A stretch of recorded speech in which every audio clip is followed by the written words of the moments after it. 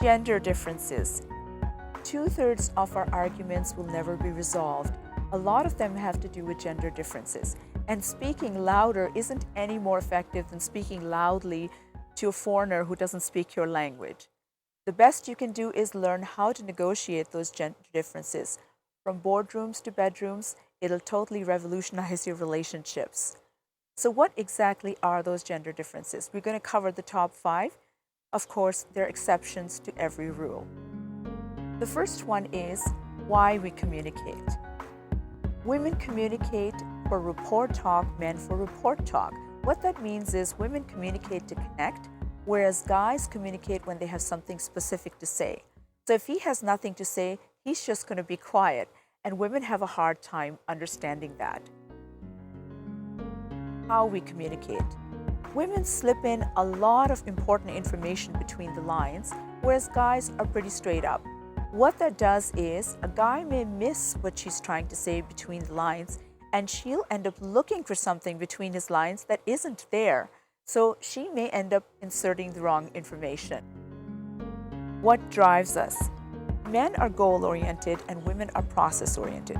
That means a guy's not even going to attempt something unless he knows there's a specific, clear-cut goal and he has a shot at it. Whereas with women, they just want to make sure that everyone is feeling good unless they are gearing up to a specific goal. So when there's a fight, if a guy feels that's it, not a chance of winning this one, he will actually walk away. Whereas a woman may follow him from room to room to room to make sure that there are no misunderstandings.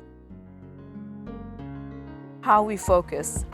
Women have a lot of connections between the two hemispheres of their brain, and each nerve cell has really long reach.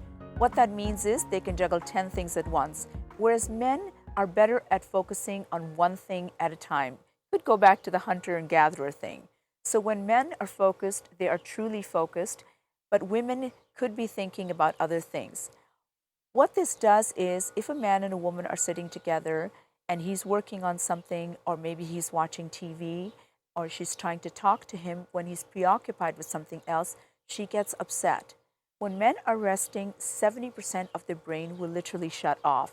When women are resting, 90% of their brain will stay active.